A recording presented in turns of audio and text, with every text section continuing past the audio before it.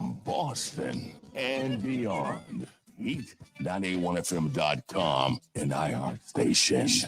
Tonight's episode of Conversations with Coach La is brought to you by Virtual Services by Shamina Austin. Do you need to delegate some tasks, or are you looking to declutter a space? Well, assign it to her. Introducing Virtual Services by Shamina Austin. She's currently accepting new clients and offers a variety of back office services depending on your needs. Contact Shamina at 857-273-1528, 857-273-1528, or email shaminaaustin@gmail.com for more information. Conversations with Coach La. Coach La, your favorite neighborhood therapist. Having real hard convos, contrasting pessimists. Generational trauma explored, broach delicate. Getting to the root of the pain, healing impediments. Every week signs copay, free lessons. Bet on self, trust the process, no questions. Feel your feels, journey to be healed, no stressing. Conversations with Coach La's now in session. Film.com and iHeartStation. Nancy, Smokehouse, it's the urban heat. Shout out to Coach La. Coach LA's time to listen to conversations that's gonna keep you winning. Sunday nights at 10 p.m. on the urban heat, just calling. Conversations with Coach La La La La La La La La La La La. Coach La La La La La La La La La. If you got something on your mind, you can call in, you can hit a line. She the realest, ooh, she the realest. You can tap in, loud, always get a business to empower you, so that you can do every and anything that you want to. Kicking it with Coach LA's time to listen to conversations that's gonna keep you winning. Sunday nights at 10 p.m.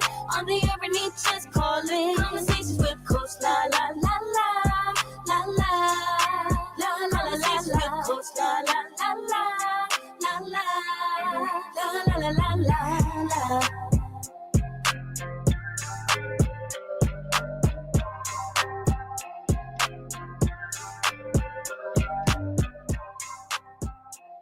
What's up, beautiful people? How y'all feeling?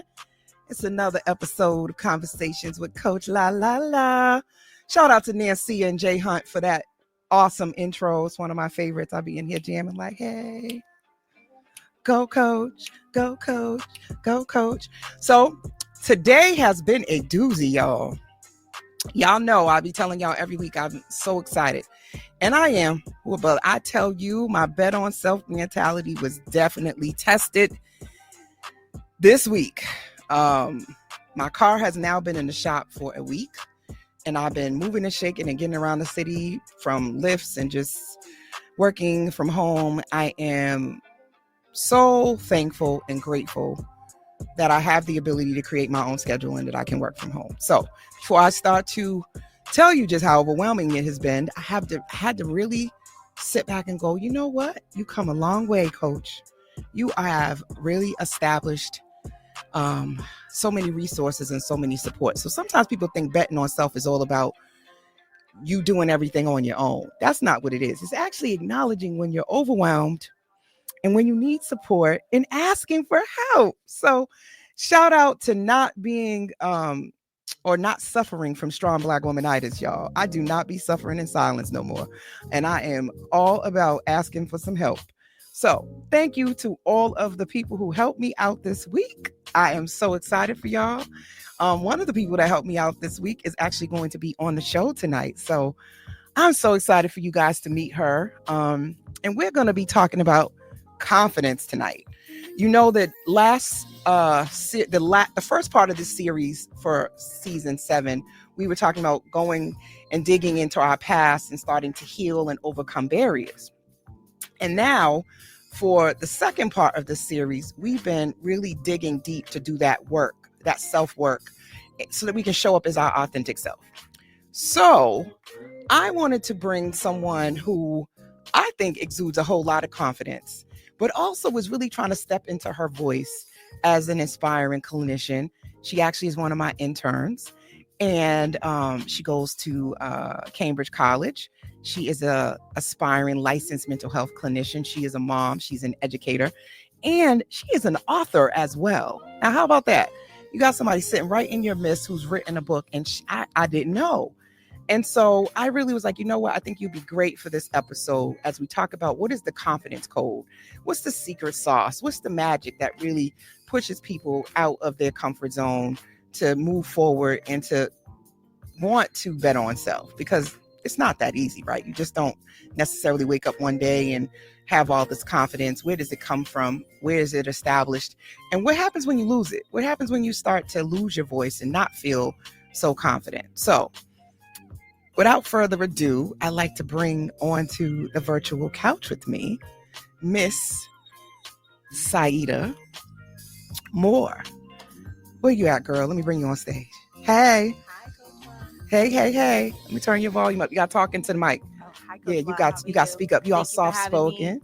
I'm so glad you're here. I convinced you to come on here. I know you was like, oh my God.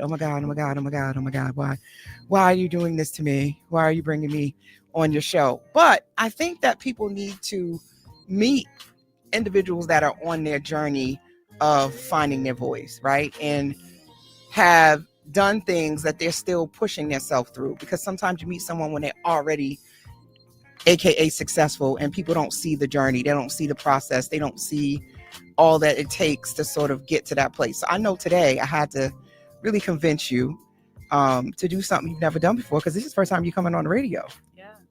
Yeah. Very first time. How's it feel? I feel very nervous. But I mean, I'm here. I told myself like I do need to step out my comfort zone a lot and just, go for it. Just do it. Mm-hmm. What do you think you needed to do that? Like, what is one thing you told yourself that got you to be like, you know what? Because I know you gave me the big bug eyes at first when I suggested this, and you were like, you want me to do what?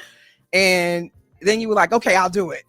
Do you remember that moment? Yeah, I remember you asked me and I was like, what? Oh my gosh, no. And then I was like, you know what? Let's do it. And then I think I had to talk myself up. I did a lot of positive self-talk. Like, this is what you've been asking for. This is what you said you wanted to do. Like, the things that I've been praying about, that I've been like asking God to move me. And I just kind of felt like, you know what? This is one of those moments. He's moving you. Be obedient. Move. Yeah. Faith without works is dead. I remember I had Bishop Dickinson on. We were talking about you often ask for guidance. You ask for opportunity, but you're not always clear on what that opportunity is going to look like. Mm-hmm. And then when it comes, you're like, I ain't ready. Not yet. And that's often what, I've been pushing her a lot today. So earlier today, we had the opportunity to do a workshop on, reflections of motherhood. Shout out to Conchetta and Mariah, who are the backdrop of Puff and Process, and also Diaspora with Ray. That too was a moment of just sort of getting out there and being able to see me in my element, but also getting you to talk and be vulnerable, which takes confidence too, to share your story. What was that experience like today, of just a day in the life of hanging out with Coach? It was really busy. I kept up though. I think what I really enjoyed about the day was like the networking. Like, I got everything I wanted out of it. I wanted to learn. I wanted to build community. I wanted to network. I wanted to grow. I even got a little bit of healing out of that. So I just think like all of that in one day was just like really important for me. And it just was amazing just to see it come around full circle, just to actually see you run a group and facilitate that. So I that was an amazing experience. Yeah. I saw, when I'm in that zone, like I am watching the room.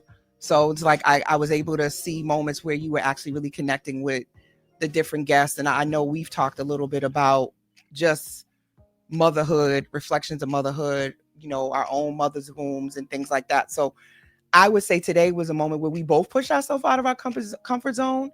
This was not an easy topic for me to talk about.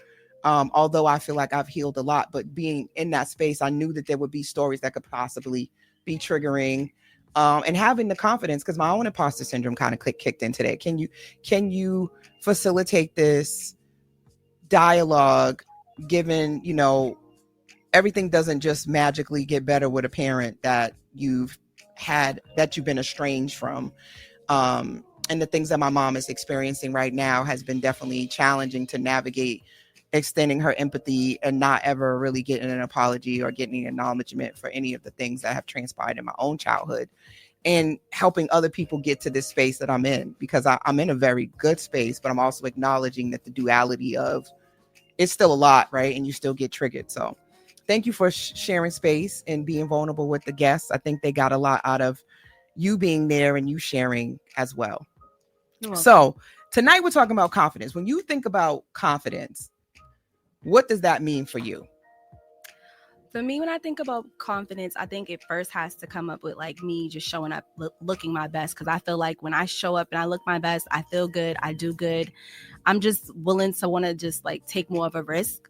But I just kind of feel like I got to feel like myself first, because I'm already going to not feel comfortable with it. But I just feel like confidence is just like, you know, at least showing up, you know, giving it a try. Don't count yourself out. So I really feel like that's what it looks like for me. So you feel like it's more of an action than a feeling, or do you think it's a little bit of both? A little bit of both. Yeah. I feel like I gotta look the part to really like get into it. Like, all right, like this is what we're gonna do. We're gonna show up, and this is who you're gonna become. Like, right. You're stepping into it more so. So you mentioned like, you know, looking your best self. I think that always is a step. My shout out to my stylist and my sister, Amina Shea Style Journey, is on here. And I know she constantly has emphasized, especially for women, you know, looking good and feeling good, you know, understanding, you know, what things to wear in terms of your body type and, you know, smelling nice, like all that, all of those things are, I think, an added bonus, right? But they also can be sort of like a pseudo confidence sometimes, right? Because if those things are not there and you strip everything, do you still feel beautiful? Do you still feel confident? So I think you need to still feel like if I'm stripped down to nothing and I have no lashes, no makeup, my hair's not done, do you still feel as confident? And I think sometimes the answer to that is no. Like, we don't always feel good and look pretty and always feel like we can do things. I know some people may push back and go, no, I always feel confident, but I don't think that's reality for most people. I think most people struggle with being in front of the room, being put on the spot. And one thing that we know is that for anxiety, public speaking is like the number one anxiety provoking thing that people do or people experience. Did you know that? No, I didn't know. Yes. So today when I tried to put you on the spot, you gave me the big bubble eyes again, right? So it's real. Like, people like, oh, no, don't call on me. So how do you push through that? Because, you know, I'm gonna pull you out. I'm gonna call you out again to get in front of the room. Today was my first day trying to get her to get up in front of the room, and she was like, I'm not ready. No. You should have seen. She's like, no. I was like, no, but I think for me, I'm gonna go home and I'm gonna get in the mirror. I'm gonna start reciting some stuff in the mirror, because I know you're gonna call me out on it again, and I'm ready to step into it next time. I promise myself, because I'm like, you know what, this is what you asked for. Like, you got to be prepared on the things that you're asking for. So I think for me, I just got to take those next steps and just, like, you know, rehearse as far as, like, you know, talking to myself, building myself up. Like, you know, Sai, you got this. You could do it. Don't worry about it. Just step into it. And I love that. So you're going to love this next question, because I was warming you up for it. So now that I got her all, you know, you heard that confidence, y'all? You seen that? She gave me that bass. She put some in, she pulled her chest out. She's like, yes. So that being said, who is Siedah Moore? Siedah Moore is a mother, an author. I am a basketball mom as well. I am a master's student who's graduating as well. I just got so many aspects to me. Like, I'm a mentor as well, because I work for the schools. So, you know, I give the youth healing as well. Siedah is just multifaceted. Like, I just do a little bit of everything. I feel like I would say I'm just adaptable, and I just balance it all out. Mm-hmm. Yeah. Okay. So adaptable, balance it all out. Sounds like a really confident person to me. Now, you wrote a book. Yeah. What's the name of this book? Tell us about it. This book is called An Ear for My Thoughts. I wrote this book at the beginning of the pandemic. And I wrote this book because, like, what inspired me is that the pandemic came, the world felt like it was about to end. And I was like, you know what? It's now or never, Si. You say you want to write a book. What if the world really do end? You're going to leave without really writing this book? So I wrote this book, and this book was so therapeutic to write. I talked about everything from the challenges of motherhood, my childhood trauma. I also talked about love. I also talked about like not putting yourself first in love. So a little bit more of like finding yourself. But it was just like me just putting my thoughts just on paper and just actually executing.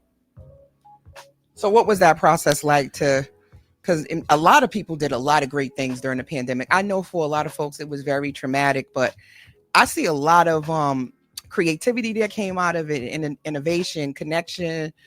Solitude is not always a bad thing. Sometimes it just gives you a moment to really connect with self. So what was that process like, really like developing the narrative for the book? And guys, I'm about to drop it in the chat so y'all could go buy it. I think for me, like when I was really trying to develop that book, there was a lot of times when I was like, I don't know if I'm gonna do this. I was talking myself out of it.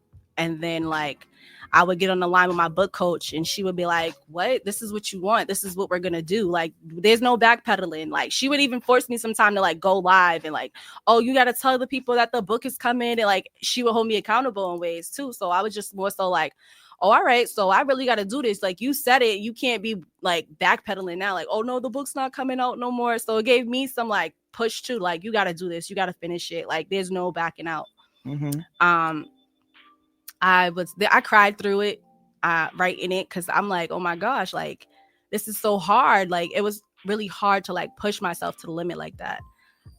But I told myself, like, you're going to start what you finish. And I always tell myself that when I start something, like, you're going to start what you finish regardless. I don't care if you sad, mad, you just going to have to do it. Mm-hmm. Yeah. All right, y'all. So y'all know tonight on Conversations with Coach La, we're talking about the confidence code. I am Coach La, your favorite around the way therapist. I have Siedah Moore on the live, on iHeartRadio, on Instagram, all channels. We're also on Twitch. Any place that you listen to radio or podcast, we are on it, right? YouTube too. Tonight's goal is to bring somebody on that's actively working on confidence, building their confidence, and challenging themselves real time. Because I often bring a lot of people who have already did these big, audacious goals and they accomplished so much. But I wanted to talk to someone who's right in the midst of finishing a goal. Like she's in school. She's aspiring to, start her own practice. She's at this pivotal place that some people find themselves, which is a pivot, right? And you can either go hard or go home. And so far, we're already giving you some things to think about. What's the confidence code? Of course, I'm going to tell you it's to bet on self, right? It's to believe, empower, and transform, right? That's the coding.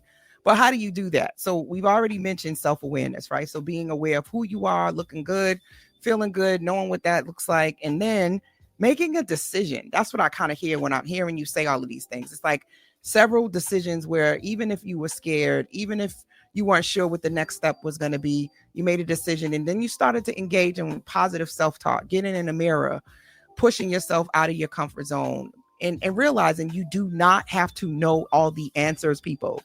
Right? You do not need to know all the answers. You do not need to always know what every step is. Just one step is good enough. Take that first step. And then guess what? The next step and the next step and the next step will come. You also talked about you had a mentor and a coach. Yeah. Right? There's no cliche to that. Like often we need somebody else to help hold us accountable in those moments where we start to feel like we can't achieve, or, the negative self-talk comes, those childhood wounding, be it from your father or your mama, your environment, what you see, you never seen anybody else do it. So you got to find someone else that you admire, you respect, that's done what you want to do, and ask them how they did it. And then be willing to listen. Sometimes you got to be willing to listen and do what people are telling you, right? All of these things, right, are part of that confidence code. That's all part of the groundwork to make that next step, that pivot. Okay. All right. So the book, I put the link in there for y'all to get the book. You don't tell people about this book all the time. What's up with that? Yeah, I'm putting her on the spot. You y'all. are putting me on the spot. Yep. It's not that I don't tell people about the book. I just kind of felt like the book was like so many moons ago that like life just started lifing. Mm-hmm. And I'm like, well, I kind of forgot I did it too. And then I thought about it like, I'm like, oh, I'm about to be out of grad school. I want to write another book. So that's what made me think about it again. Cause I'm like, I don't want to be like just one person that just author just writes one book. Like I want a series of books. All like right. I want to talk about different things and even for the youth as well. So yeah, I think it was just more of a reminder for me to like, oh yeah, you did write a book. Like, why ain't you saying nothing about that lately? But I'm like, I want to get back into it because I'm an author and I do love writing. Well, last time I checked, right, there's like billions of people in the world, right? And so although it's old for you, it's new for me. Yeah. Right. So shout out to some of the people on the live. What's going on? To my radio sister, Diane Vivian. Thank you, girl, for joining us. We got Reek Havoc is on the live. He said, what up, girl? Those your peoples. Your peoples is on here. They showing up and showing out. I appreciate y'all. Sometimes I wonder, right? I get so tongue-tied and I think sometimes my brain is moving much quicker than my lips. So if y'all be messing up words and stuff, y'all got to forgive me. Shout out to Miss Opal. What's going on, Miss Opal? And shout out to everybody that's on Instagram. I have, I see you out there, Blue. Thank you for tuning in. Oh my goodness. What else we got on here? I got my girl Deco. What's going on, girl? I see you on there too. So confidence. When we think about confidence, it's an action, but it's also a mentality, right? It's also you knowing that even if you don't know the answers, you can figure it out and that you have the capacity and the know-how to figure out the answers, even if that's asking someone for help. I think confidence is understanding that you do not need to know everything, right? And I think often we feel like we can't be confident unless we know everything. What do you think about that? I think honestly, I don't got no problem asking a question or advocating. I'll ask you a question like, oh, Coach, did you say this? Could you say that? Like, and I just kind of feel like she asks lots of questions. Yeah, like I ask questions, but I'm never trying to like challenge nobody or nothing like that. I'm really just asking like to learn because I just kind of feel like in order for me to be more confident, I need to be learning and I need to know it. So that's where it comes from. Just really advocating, just making sure like, you know, your voice is heard. You got to say the things that you need for to be met for you. Right. So earlier today, we talked about trauma, right? And we talked about mother wombing in particular and how trauma often plays into our confidence or even takes our voice away. And we were talking about different strategies and things to sort of regain that voice and regain your presence. And I know I had shared that a lot of it stems from really your self-agency and understanding that you are empowered and not playing the victim, right? And understanding where your strengths are and also understanding that life is not happening to you, right? Like you are in the driver's seat. And sometimes when trauma happens or things that are out of your control, especially when you're a child, it makes you feel like you don't have control over your life. You don't have control over what you can do or what happens to you. So I think confidence gets built from your receipts. Those moments that despite what was going on or how hard something was, you've overcome. And I think instead of being in survival mode, you switch into thriving when you start to realize your personal power. What do you think about that? I think honestly that's so true. Like just because like I feel like a lot of things that we already need, we already have within us, and we just need to like just sit still, take a moment, and dig deep and really find that, like, you know, and just like you said, like everything's a choice. And like I think like when you choose you and you choose the things that you want out of your life, it gives you a better grasp on like, you know, like just showing up and just being your confident self and going after it and just choosing that. Yeah.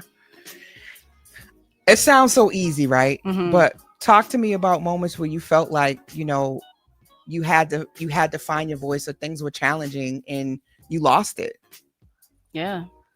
I could talk to you about that. I feel like there's been so many times that I've told myself, like, you know, like in the midst of like obstacles or like, you know, life is life and like you want to stay there and you just really can't stay there. Like sometimes you got people that's dependent on you.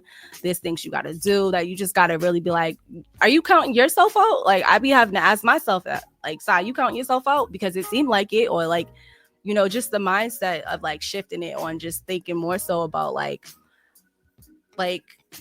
who are you? You done been through worse. Like, I think when I think about the stuff that I've been through that's been worse, that is like, girl, get back up. Come on, sis. Like, you got to do this. Like, you don't got no option. And I think just for me, like, that's the way my life has just always been. Like, I don't ever feel like I got an option to just be like, oh, no, I'm not going to. No, you got to do it. You got people counting on you. You know, it's interesting that that's your framing, because I think I have personally pushed myself when I knew somebody was counting on me. Like, if I knew that, you know, they were expecting it of me, I wanted to show up and make sure I was there. I found that I would, in the past, not do the same for myself. Like, I would show up for you before I would show up for myself. You know, we said we were going to go to the gym. I'd be like, oh, I said I was going to meet Siedah at the gym, so I'm going to go to the gym because I don't want her to be waiting there wondering about me. But then when I go by myself, I'd be like, oh, yeah, I ain't going to go today. So I have learned how to understand that, you know, we talked about this earlier. How do you be your own best friend, you know, and how do you hold yourself accountable in lieu of somebody else holding you accountable? So that brings us to the whole piece of therapy, right? Like, what does therapy mean to you? And even the decision to become a licensed mental health professional. So how has therapy played into not just your personal life, but also now something that you want to do for a profession? I think just my personal life for me, it's just always been like picking myself up and like dusting myself off. And then like when I started to work with kids, I started to be like, I remember being their ages and going through some of the things that they were going through. And I'm like, oh man, they don't really got nobody to talk to. And like most of the times, like all the kids is like, oh, Ms. Moore, they'll just come and just vent. And I just let them have it. So I think for me, like when the kids started coming to me and like just realizing I was a safe place for them, I think they were the one who pushed me more so into wanting to be into therapy. Because I was like, I remember wanting that when I was little and not having it. And then being that for somebody now is like, oh, okay, like I'm that for them. So for me, I just kind of feel like it's a full circle for me, like especially like the school that I work in is the school in the neighborhood that I grew up in. So for me, that's like giving back to my community as well. Like, so I just think I get the 2-for-1 with that. Yeah. I think we did talk about that most of your work has been with kids. And I think we shared that in common. So when I ventured into wanting to be an executive coach, a life coach, I was a foster parent. Yeah. And I was taking adolescent girls, 14 to 21. I talked about that earlier today because my son was 2. And so I was working primarily just with young girls. And by working with them and being a foster parent and just lifing, because I was, you know, in financial services, I initially just wanted to be a life coach to young girls, primarily young girls that were the age that I was when I started to really question who I was, you know, started, you know, to not feel pretty, was, you know, my body shape, just all those things that sort of start happening around, I would say 12, 13, 14. Also, that's where I would say me and my mother's relationship really started to get more challenging as I became a teenager. So a lot of the young girls that were going into foster care were having a lot of mother-daughter dynamics that was causing some of this friction. And it's just interesting that we both share that, right? Like it really stemmed from wanting to help young people. And now it's evolved that I'm helping, you know, professional women, and I moved away from youth. But that was my origin story too, was working with youth. And they like, well, why can't you be our therapist? And why can't you be our coach? And I was like, well, I'm your foster mom, quotation marks, right? Because of course I really wasn't. But we talked about that earlier today too, about mothering, and you know, the idea of mothering being an action, and nurturing being about capacity. And so we talked a little bit about who was the therapist that I told you about earlier today? What was the name? Gabar Mate. And he was talking about, you know, the earlier interactions with your parent, you know, or lack thereof, really starts to shape your identity, and those unmet needs trickle into your adult life. So like if your mom wasn't really emotionally available, or she was neglectful, or she was verbally abusive, like how that plays into your confidence, or could even manifest into people pleasing, perfectionism, or fear of being seen. So I think sometimes when we have trauma, really strong trauma histories, we don't really see how that plays into how we show up. A lot of times we can understand if people are acting out or if they have addiction issues or anger management issues, but we don't think about being shy. We don't think about not using your voice. We don't think about a hyper focus on, success being trauma related. But often for some people, it really is connected to those things. And it's hard then to find your voice and find the confidence without additional support. So when we think about therapy, how has therapy helped you and shaped you? I think just for me, like the perspective, like there's been so many times that I've like hear the negative self-talk like in the back of my head. And I'm like, no, don't like, like that's not what we're doing anymore. Like we're not doing that. Like I think just shifting my perspective, the things that I'm telling myself, like, just the things that I'm doing to take care of myself as well, like the things that I'm allowing in my life, the boundaries, like, that I'm putting up to deal with people. So I feel like therapy has been the best tool for me, even with just like finding my voice and advocating for myself. Like, because before sometimes I get mad, blow up at people, and I'd be like, well, that's fine. Like, like I'm not mad about it. Like, if that's what works for you, maybe we could come revisit it. Because I used to get mad too and want to have a conversation that was difficult too, but it's like that's not productive. So I think it's just giving me healthier communicating skills as well. Yes. So for all y'all out there that's like, I don't know about therapy, I don't want to do it, and again, it's about fit too. Siedah is taking client, a little shameless plug. She is taking new clients, right? But, I think it has a lot to do with fit, right? And I think for at least my clients, women of color, people of color, I'm talking about Black folks, right? We want somebody we can relate to, someone that is, going to understand our walk, right? And that's not to say that everybody that looks like you is going to understand you, because that's not always the case either. But for the most part, we want someone who we don't have to explain everything to in terms of colloquialisms that we use, slang, just what it's like to be a Black person, right? So I'm glad that you have, decided to come into the field. I'm also equally excited because I put a goal out there that I wanted to bring on 10 new clinicians into my practice to mentor. So like you said, you get what you ask for. So I still have like, seven spots. So 2 more clinicians will be starting soon. 7 more spots to anybody out there that is an aspiring clinician that's looking to be mentored into work in the field. Come on, join the team. All right. So something that I found that was an interesting statistic, 60% of women regularly experience self-doubt at work. And we've talked a lot about work without naming the school, without naming, just being in a professional setting, right? And how certain environments also impact your confidence. You want to touch a little bit on that? I mean, as much as you're comfortable with, but I would have to say I have got fired from jobs, lost jobs, quit jobs, and a lot of that shaped my level of confidence that I had to build it back up whenever things didn't work out at a job. I would immediately think it was me, which was a lot of my childhood trauma that I didn't know then because I wasn't a clinician. Now I understand it, but then I didn't. What do you think about that? So what I think is that, like, I totally agree. Like, sometimes it's the environment that you're in, and it's like, if it's weighing on you or if it's a toxic environment, like, I kind of feel like that has a lot to do with, like, trying to mold your confidence, especially like when you're at work and you're thinking about like, oh, am I doing a good job? And like, nobody's even showing you or appreciating your work. I think for me, feedback works for me, but I feel like if I'm in an environment where I don't get it, I'm just kind of like left to feel like, you know what? I think you're doing a good job. Nobody said you're not doing a good job. Like, but I just think honestly, as far as like, when you're trying to find your confidence, I just kind of feel like, and you're in a toxic you're in a toxic work environment, like, you just got to do what feels right. Like, a lot of times, like, my intuition's telling me, like, I'm listening to my body. Like, I'm listening to like, oh, okay, well, like, we're going to work smarter and we're going to do it this way. Like, they did it that way. That is still effective this way. So I think just finding your groove and what works best for you. Right.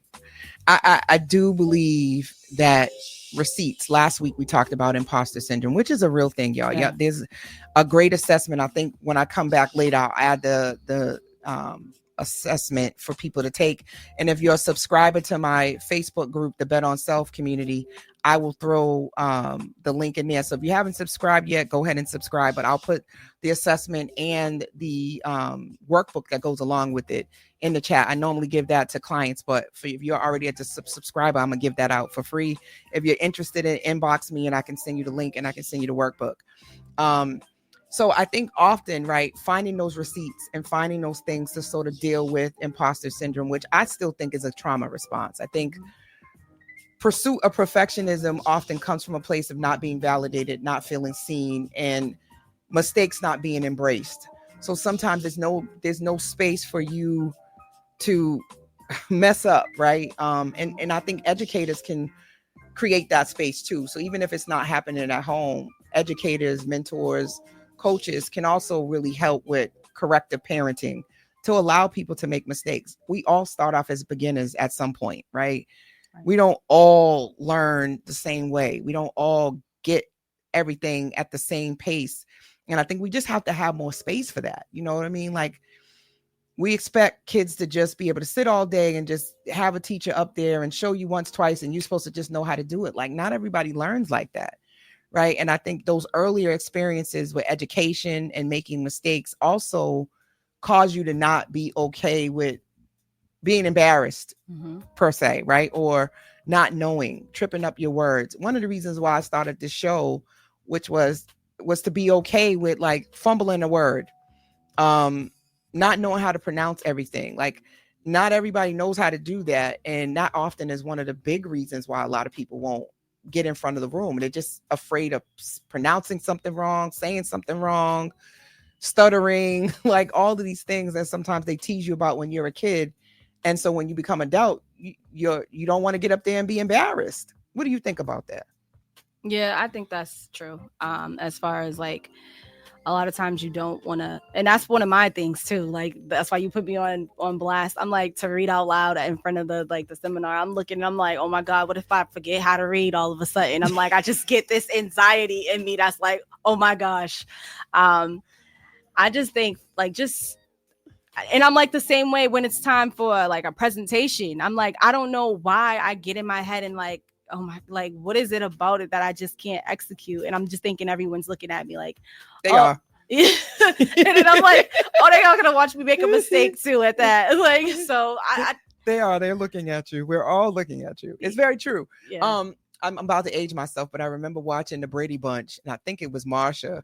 She was going to get her driver's test, and she was so nervous about the driver's test. And I don't remember who told her this part. I don't remember, but they told her to imagine the man naked so that she could laugh and like focus.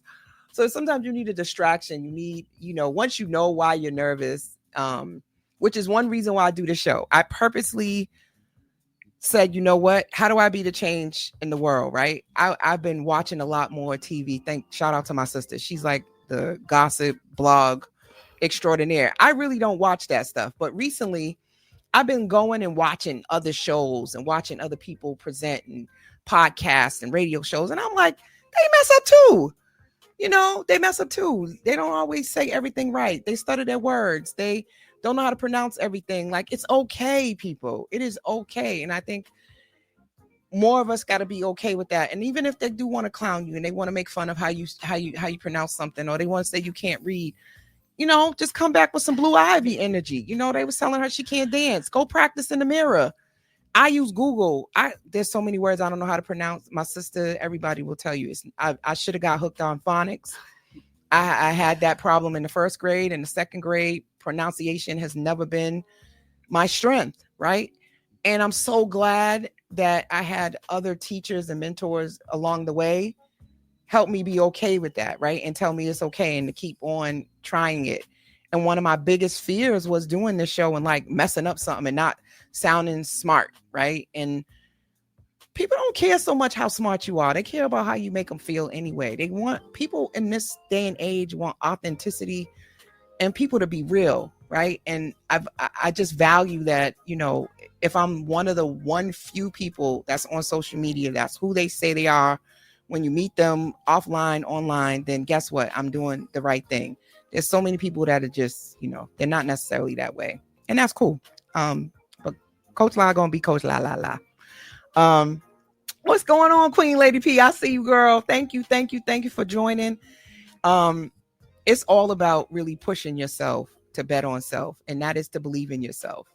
That is to feel empowered and not to be a victim anymore. If you ever were a victim before and someone took your power away, it happens. I understand that. But if you've come out of that and you're on the other side to talk about it, you've survived that. What can you do with that energy so you can thrive, right? So did you know that people suffering from imposter syndrome may be at risk for anxiety? You know, and I can understand that because you're always on edge and you're always worried about the next thing. So this is another reason why, like, use your receipts, and why I'm encouraging people to build up their confidence capacity, because anxiety a lot of times is situationally induced.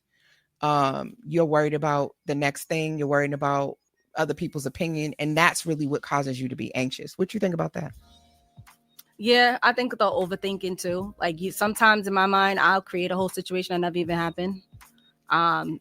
You just run with it, and you're like, what if this happened? What if that happened? And I'm just like, be present.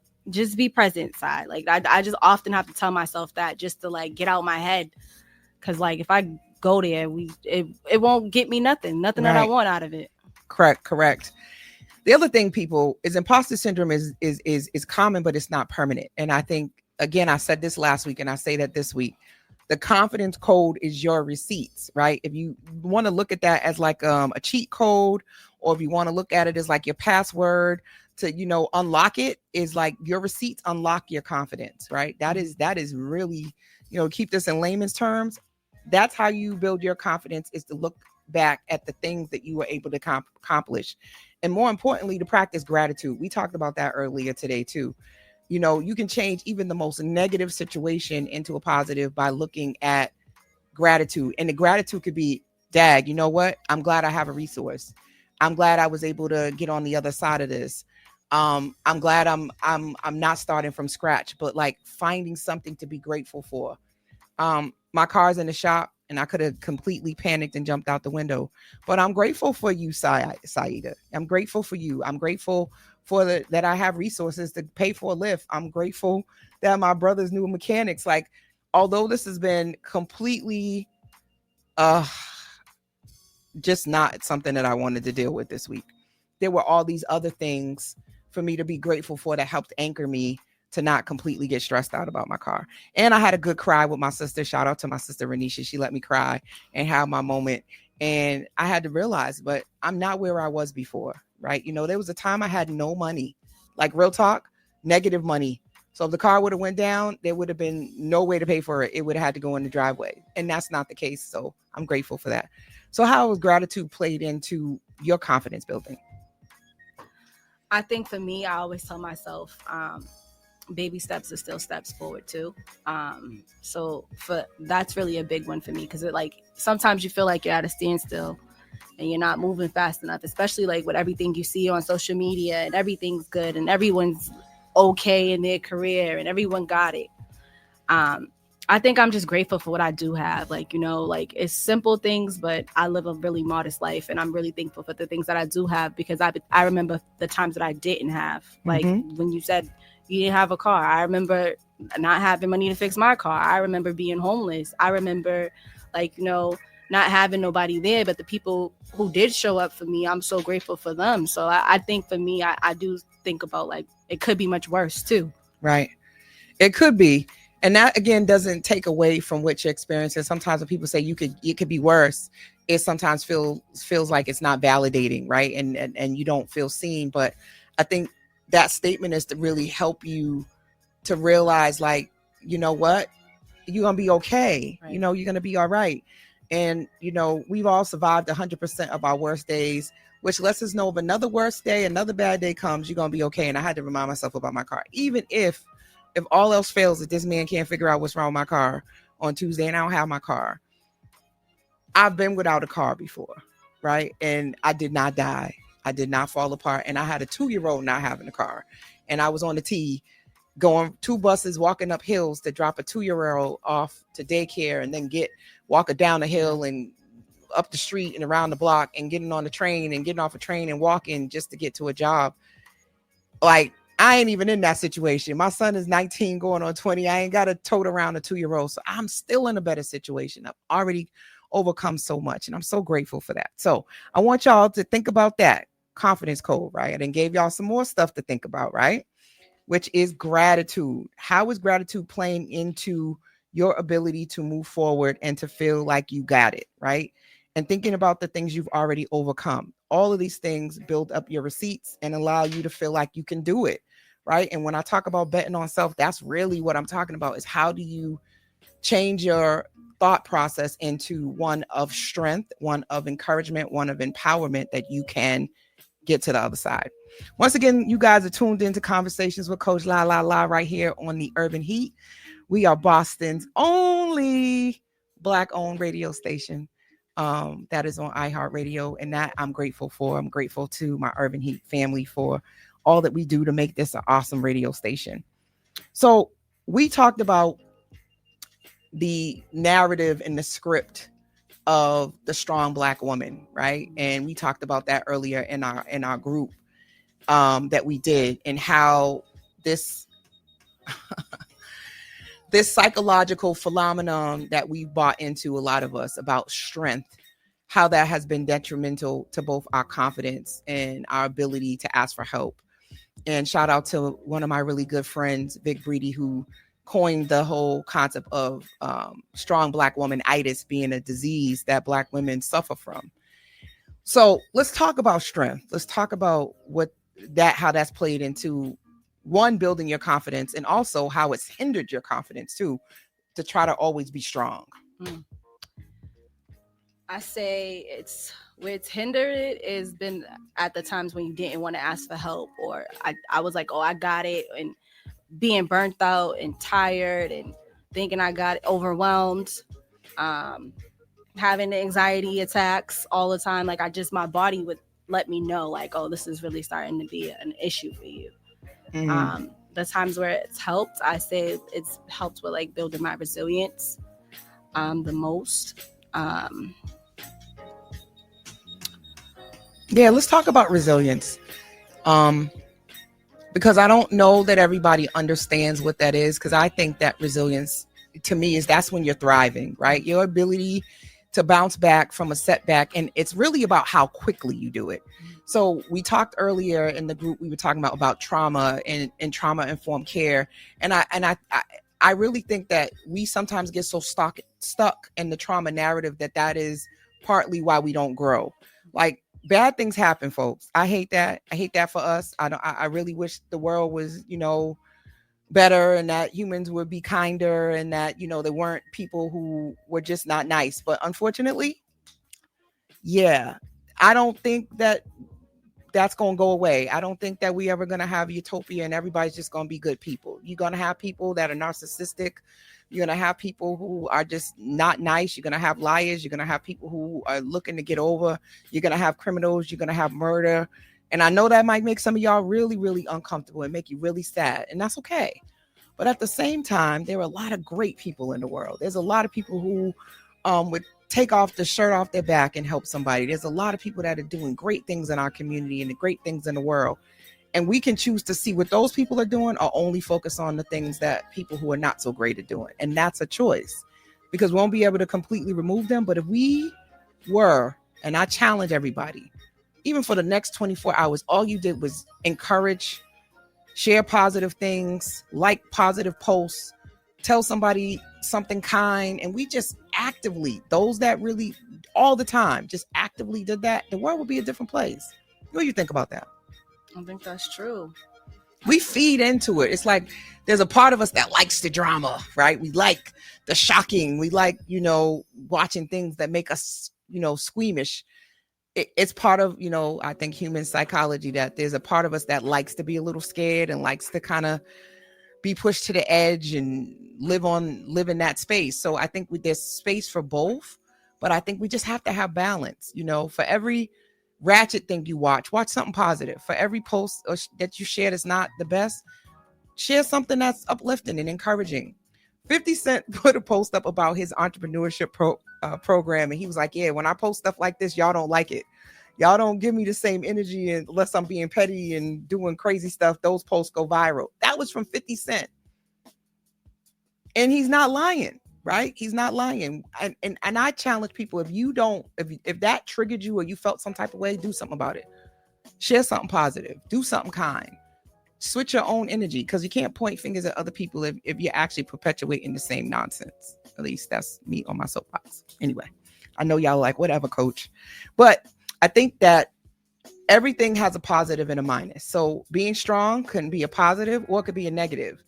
Being too kind could be a positive or be a negative. I think there's always something that you do great could end up being a detriment. Like, I like to talk, and sometimes I suck up all the air, right? I talk too much. I need to make space for other people like I'm doing right now. So let's talk about microaggressions. How do you think microaggressions play into people's confidence or lack thereof? And should we tell them what it is?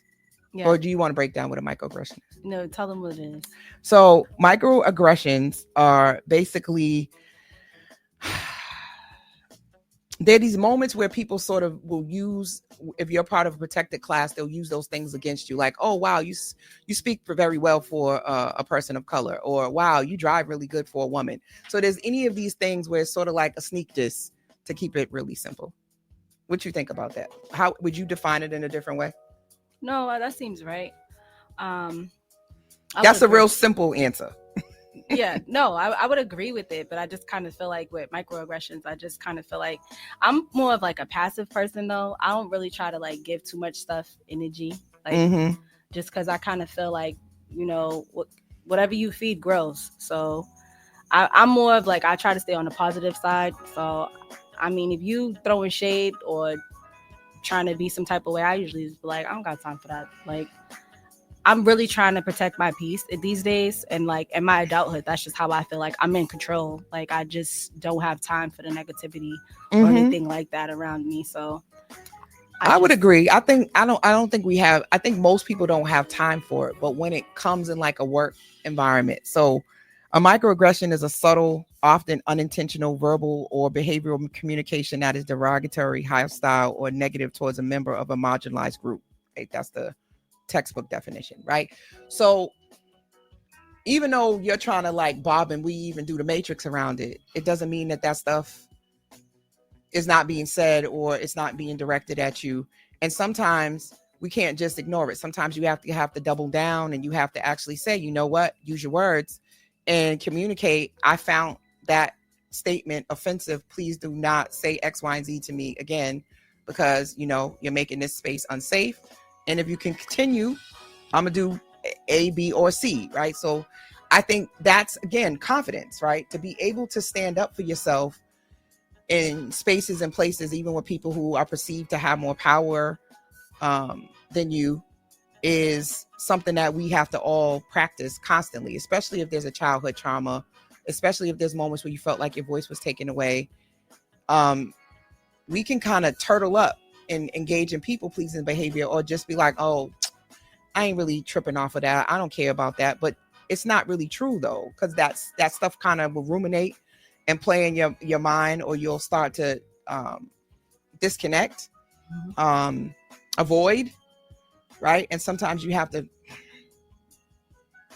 stand up for yourself, people. We got to fight back verbally. Anyway, what do you think? I mean, I kind of feel like as a Black woman is like a thin line, though, because I feel like when you do advocate for yourself, oh, she's too hostile, or like, okay, I'm glad you said this. Go ahead. What and else? then I kind of feel like when you don't say nothing, it's like, oh, what's wrong? Is everything okay? So I just kind of feel like there's a thin line between, like, you know, just being like real, like advocating for yourself. There's a thin line and then between love and hate. Yes. Really just trying to like, I'm just trying to speak up and advocate for me. Like, you know, I don't.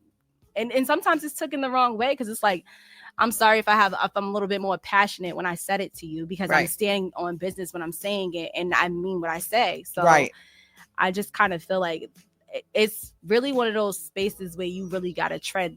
I don't want to say light, but I'm still trying to figure it out on how to navigate on what I need to say without feeling like it's trying to come off as combative or people receiving it as combative, even if it's not, just because like when you're like in a society where they're like, yeah, you shouldn't be saying nothing, like you're the worker or you're like, I'm so glad she's saying this, like y'all. when they say that to you, you just kind of feel like just poked the bear. Poked it. Because this is real. Yeah. And I think as a Black woman that's been in professional settings, I think as a psychotherapist, people come to therapy because they're feeling disempowered. They're feeling anxious at work. They're feeling like they don't have a voice. This is real. Thank you, Ashley. Ashley said it's almost like someone slowly chipping away at your confidence. And it's true. And if you come from a trauma background, sometimes you really don't know how to combat that, right? You don't know how to sort of find your words, right? You can literally feel like you're fawning, like your voice is gone, like you literally get knots in your stomach and you just can't even speak. Yeah. So I told you, look how fast this show's going. We got 6 minutes. Told you, faster, I don't know what. So let's talk about bet on self moments, and then I got to do Coach's Corner, and then guess what? The show is a wrap.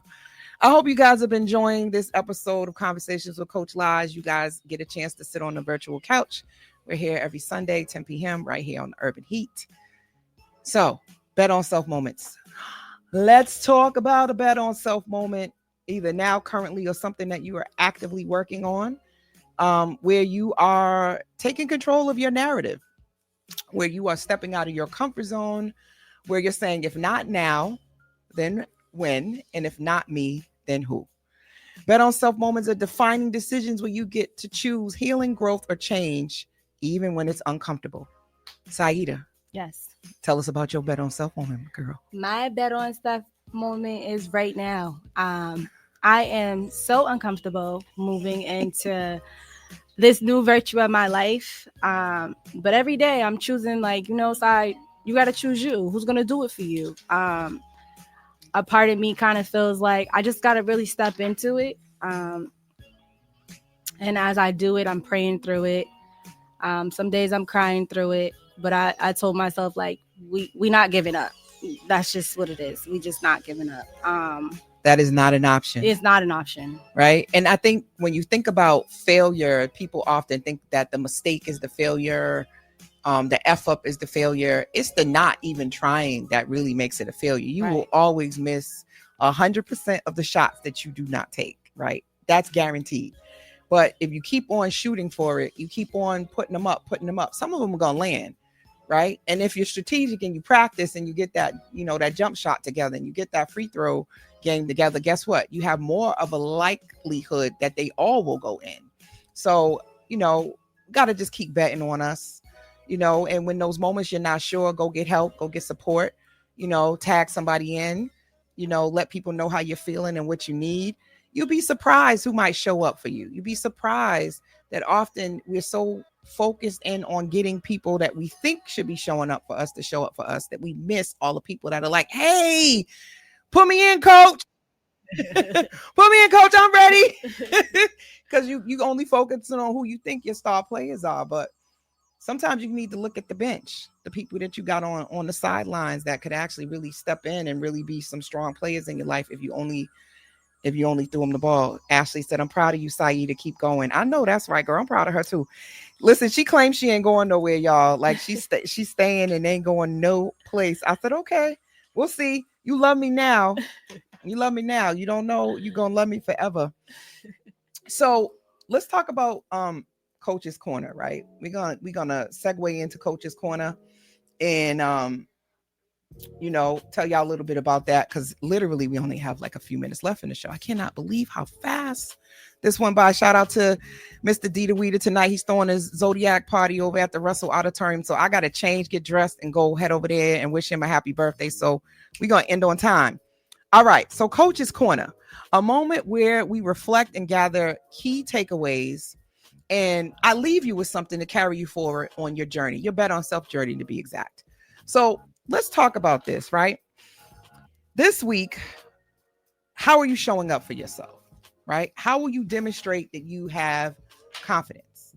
How will you be able to make that mindset shift that you need, right? To reconnect with yourself, to recommit to your goals, and remind yourself that you are worthy of not just peace, but progress and power. How will you do that?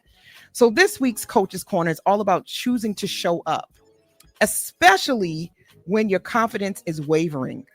Practicing those daily mirror affirmations to reprogram your inner narratives, right? That's what we talked about with Louise Hay. We talked about that. We also had guests that came on and talked about this as well. Use boundary setting phrases like, I am not available for that energy today. Let's say that together. I am not available for that energy today. You can try Jesus, not me. You got to allow for discomfort. Allow discomfort to be the evidence of your growth, because often when you're uncomfortable, you're being pushed out of your comfort zone. Remember that your presence is more than your voice. It's your energy, it's your eye contact, and it's your refusal to shrink.